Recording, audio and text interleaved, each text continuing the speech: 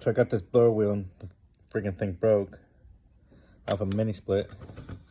So I took it out and I was like, oh yeah, we have one at the shop. It's all the same. It wasn't the same. So then I figured out that you could take this off. But then, those are not the same.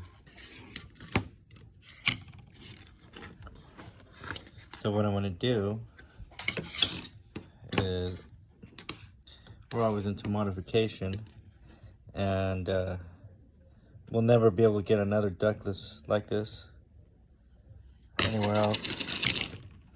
So I think we'll either put that on there and glue that on there,